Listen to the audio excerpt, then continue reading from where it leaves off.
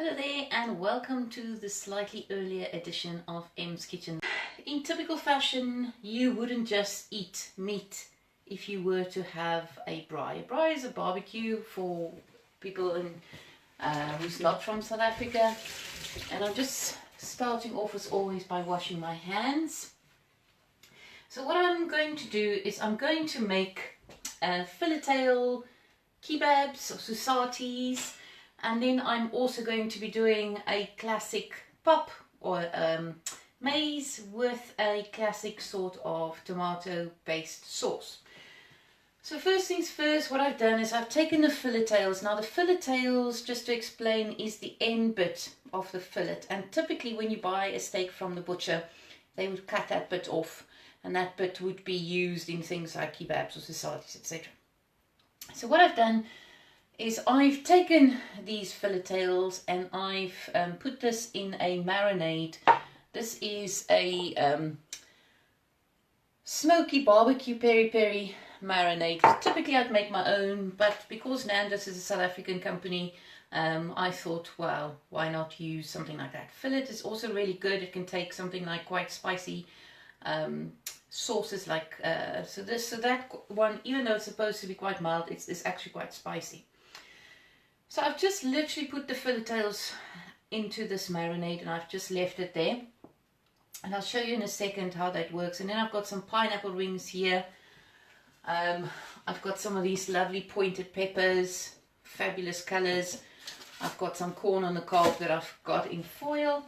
And I'm just going to make a pop and a sauce. So I've got a litre worth of water just in this pot over here, and then I've got the equivalent to 2 cups worth of maize. So this is maize meal, what we would use in South Africa to make effectively a lot of people's staple food, which would be maize or pap.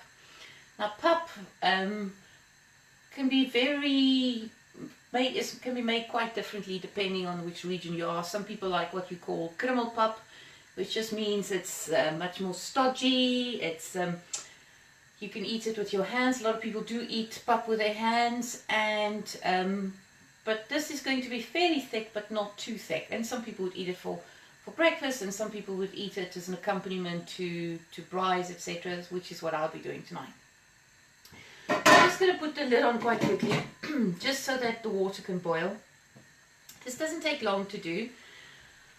And then I've got some pink salt here, and the reason why I've substituted my salt throughout pretty much for either sea salt or pink salt is because it contains a lot of minerals that ordinary table salt doesn't have in it. So it's one way to make sure that you get things like magnesium and stuff into your diet.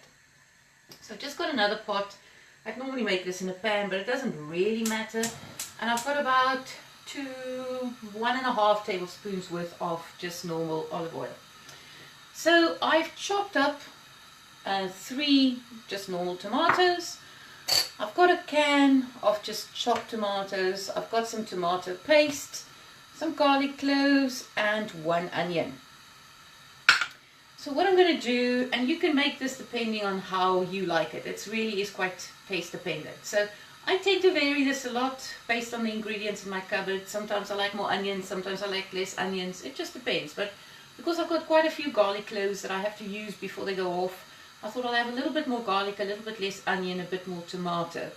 But it varies, you know, it really, I do change it all the time. So I've got some charcoal on the fire, and then I've got a couple of logs of wood, and I'm hoping that that will sustain it for long enough for me to continue making this, because yes, I can make this in my kitchen, but as you might have realized by now, when I tend to grill things at high temperature, it makes me cough. So I am trying not to have that tonight because my throat is quite sore.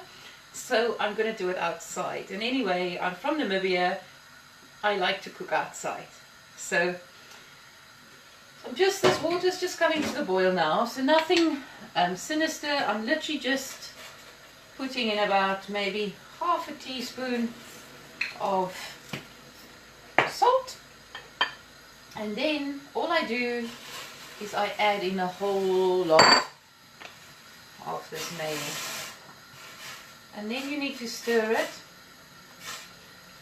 So you can use a wooden spoon, you can use a balloon whisk.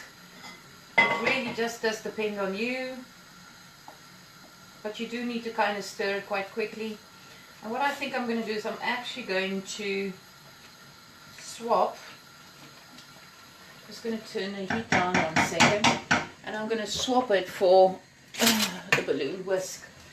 And the reason for doing this is because what I don't want it to be too lumpy. Because what that means is basically, it means the water cooks round the maize and it just makes it sort of powdery, maisey in the middle. So you have this kind of lump of raw maize, and that is not a pleasant experience. And again, you need to be quite brave with this kind of thing. You know, you got to just keep stirring. This is going to be thick pup from what I can see now already. It hasn't even started cooking and it's already thick as anything. So what you can do, I'm just going to swap them around. I'm going to take this right down to the lowest setting, and I'm just going to show you really quickly what I'm talking about. So I've literally just stirred that. I haven't actually cooked this at all, and it's already thick. Okay, it's that quick. What you can also do, and which I like to do, if I'm honest, I like using polenta. Now, I have quite a bit of polenta in my cupboard. This, for example, is the one that you get in the Asian supermarket. And then this polenta, for example, I brought from South Africa. It's exactly the same thing. The only difference is this polenta is just yellow and the maize is white. So I'm just going to wash my hands again. And so I've heated up this oil onto the pan, and I'm going to just add in quite quickly the onions. So this oil is quite hot. Just going to add in the onions. I have turned that down, and I'm just going to take the garlic press and I'm going to mince the garlic straight into this. Now this garlic has started to get a bit soft, which is why I'm using all of them, because rather than keep it for a few more days, it's probably going to go off. I'm just going to put this in here and just squeeze them in nicely straight into the onions. Right. So nothing sinister about this, really, really simple. Garlic clove goes in there. And so all I'm going to do is I'm just going to, I don't want to brown the onions. I just want them to release their flavor. And so onions are brilliant in telling you when they're ready, because you can smell it. It just gives off that sort of lovely caramelly smell. I love the smell of onions. I know it sounds really strange, but I just do. It's just absolutely fabulous. So 3 tomatoes. I haven't actually taken their skins off. I'd never bother. I just literally cut them. I just rinse them in water and I cut them straight in. So this is now my sort of tricky bits. I'll add in probably about the equivalent of about a tablespoonful of just tomato paste. I'm also just going to get my pepper, and I have a chili mixture as well. So this is just rainbow pepper, and the reason for using this is because it just adds a little slight dimension. This mill is actually really slow. It doesn't really cook. I mean, it doesn't actually grind it really, a lot of it, and just about that equivalent worth of maybe a 1/4 teaspoon of chili. So that just goes in there now. I'm just using a spoon. I'm actually just going to turn the heat up a little bit on this one, because of course I turned it right down. Now ordinarily I wouldn't stir it, but because I've the heat down. I just kind of want to mix these ingredients. So what I would do, I use all sorts of herbs and things from my garden. I've got oregano, thyme, all sorts of weird and wonderful things that I grow, and I'm very, very lucky that they grow all year round. So I'll probably put in, I can pick a little bit of oregano and a little bit of thyme, and I'll just put it straight in, and I'll leave that to just simmer for a few minutes. It makes the world of difference to this kind of tomato based sauce. Trust me, this kind of smoor isn't the same without those spices. But if you haven't got fresh spices, use, you know, spices from your cupboard. But I would recommend something like oregano or thyme, or even basil, because basil obviously works really beautifully with tomatoes as well. So just really, really quick, very simple simmer. And all I'm kind of doing is I'm kind of letting the onion sweat, and I'm adding the tomato. And so I'm just adding in 1 tin of tomatoes. Now these are whole tomatoes. It doesn't matter if they're whole or if they're chopped. It doesn't actually, they disintegrate. Now obviously if they're whole tomatoes like this, what I tend to do is I just tend to take the back of whatever I'm using and I just break them a little bit. It just means they cook a bit faster.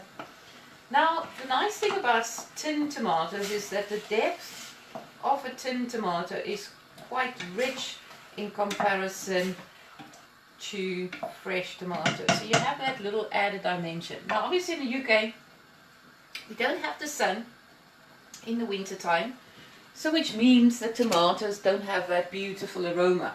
And this is my way to compensate for that. So all I'm going to do now is I'm going to put the lid on, I'm going to turn the heat right down, and it's as simple as that.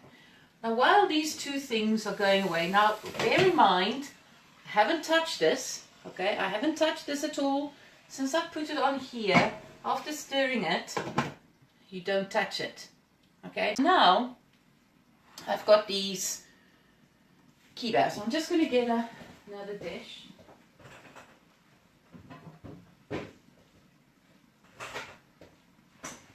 Just so I've got something to transfer it into. I'm just going to move the pineapple out the way. And just because I'm using raw meat, I'm going to make sure my hands are clean. Okay, so what I do is I take these skewers. Now I've got a variety of skewers. Wooden skewers, metal skewers. These ones are my favorite, and these are ones that I got from my dad. So I've got very long ones, and I've got, you know, just my normal skewers, and I've got wooden ones. I've run out of wooden ones now because I love making kebabs or sosaties. So I'm going to start with the babies first. I'm going to do a combination of ones, and I'm going to take some of this pineapple, and I'm going to taste it because I love pineapple. That's more sort of, it makes it kind of more, I suppose, I don't know, Mediterranean, Hawaiian, whatever you want to call it. So I'm just going to take the whole thing as it is, and I'm going to put it at the end. And actually I'm going to do the meat bit first. So just to show you, and I'm using my hands, so just to show you, that's a piece of marinated fillet. Now it's fabulously fragrant. And I'm just going to put the pineapple in, and I'm just going to mix it so that it's kind of level. Now these are not sizes cut according to weight, okay? They're literally the offcuts of the fillet. But trust me, they are absolutely perfect for this kind of thing. Absolutely perfect. So yes, I could have cut the pineapple, but I'm not going to bother because there's no point. It doesn't really change it.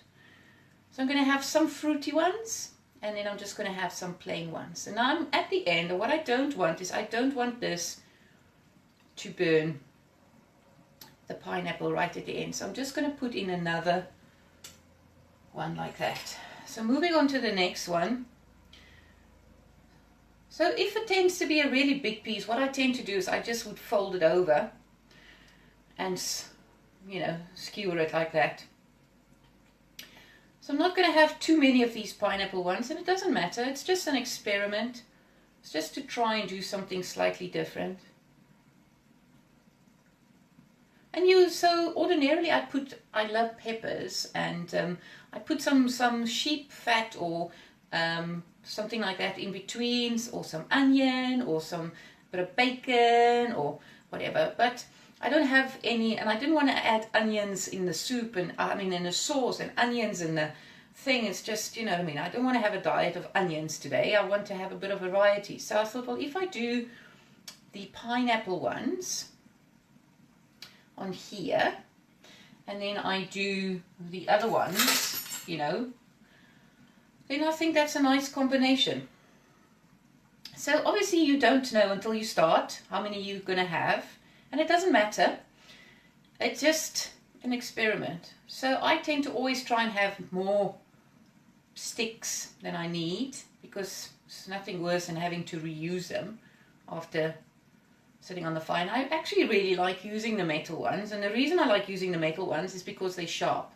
And unlike the wooden ones, they don't tend to, well, they don't tend to splinter, because that's a bit of a pain.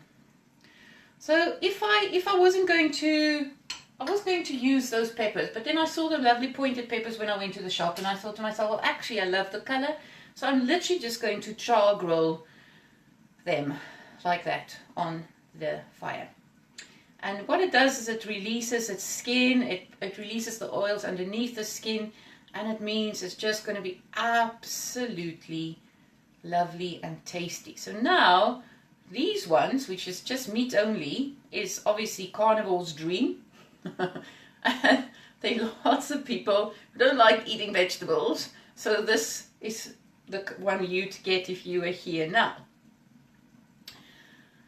But the nice thing about fillet tails is flash fry, and by that I mean it's perfect for a braai or a grill because it's quick, and you cook it quick, turn it quick, and that's how it stays lovely and juicy in the center, which of course is what I want. I don't want my steak to be well done. I eat my steak medium rare for the most part. Sometimes it's a little bit rare, which I don't like that much, but I prefer to have it medium rare. And so this is a great way for you to do it. And the best thing about cooking this way is your nose tells you, if you're cooking in the dark, like I will be doing shortly, your nose tells you it's time to turn them.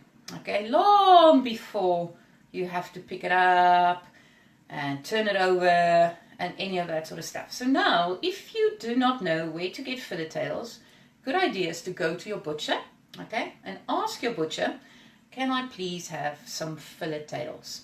Now, it is something that they use regularly, as I said, in stews and in kebabs and things themselves, but it's a really, really affordable way to make sosaties or kebabs in this instance. And as I said, it's absolutely perfect for this dish, and I've literally used up the whole lot. So what I can do now is I can take the rest of this and I can pour it over, and I probably will do, just to make sure that everything is nice and moist. And what I will do now is I will transfer that into a grill, and I'll demonstrate that very quickly. Let me just do a little tiny clear up,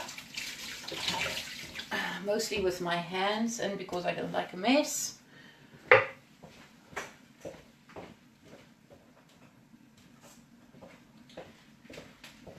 So now I've got this grill, which is perfect.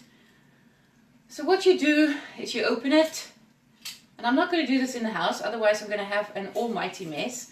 And this one is cool because you can adjust it. So I'll put in the kebabs into this. This is a cool way for you to do it. You can of course put it straight onto the grill, but I like to do it like this. It means because nothing burns while I'm turning it. I can adjust the height, I can lift it off, all this sort of stuff.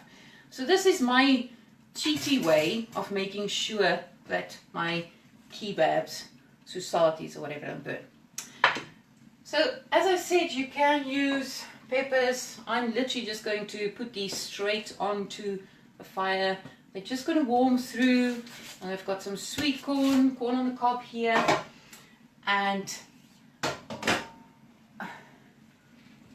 fabulous pop, and that's great. You can see it's ready because it doesn't fall out. So you know that is perfect pop. I don't like the ones that's so grainy and thick that it tastes a bit raw. It is on its lower setting, but I will check it. And this tomato sauce is pretty much ready. And I just kind of want to show you, it's already starting to lose the liquid at the bottom. Now remember, I haven't actually added any liquid whatsoever. I've literally just taken 3 tomatoes and the tomatoes from 1 can, which didn't have very much in the way of liquid, and I'll put that in there. So I'm going to go and pick a little bit of oregano, pick a little bit of thyme, put that in there. I've put this on low, and then I'm going to put my kebabs on the fire. So depending on the heat of your fire, you need a couple of minutes aside, max, okay? I'm not talking 20 minutes. This is not one of those jobbies that's going to take 20 minutes to do, okay? I'm talking a couple of minutes. You want to sear it, okay, and rest it. And then you want to see if it's how it's cooked. Because after a few minutes, remember, to cook a steak medium rare in a pan, about 3, maximum 4. But the pineapple is cooked, so don't worry about that, it's not raw. You just want to sear it and let it rest. See if you want it well done or stuff like that. Just cook it a bit longer, maybe 4 or 5 minutes aside, and taste it. But do it to your liking. I don't want to overcook this. I really want to enjoy this. So I'm going to stand by the fire. I'm going to relax. It's been a hectic week. I'm absolutely delighted that my book has come out. It's been a huge labor of love for me. It's inspired by my grandmother who passed away. She's the inspiration for my baking. I'm already working on a next book. And this book is going to be all about braai stuff. Okay, so everything braai you can imagine. Because believe it or not, I might be a girl, but I like fires more than anything else. Okay, so I'm going to do a whole book about braai, braai bread, braai everything. Sosaties, kebabs, sausage, you name it. So that's going to be the next one. But so this is my challenge to myself, because my thing is this. You know, you never learn unless you prepare to experiment. And I most certainly am prepared to experiment. I love cooking. I love sharing food more than cooking, actually. I love the cooking bit of it, but the sharing is the thing that gets me excited. And I want to share my passion with you.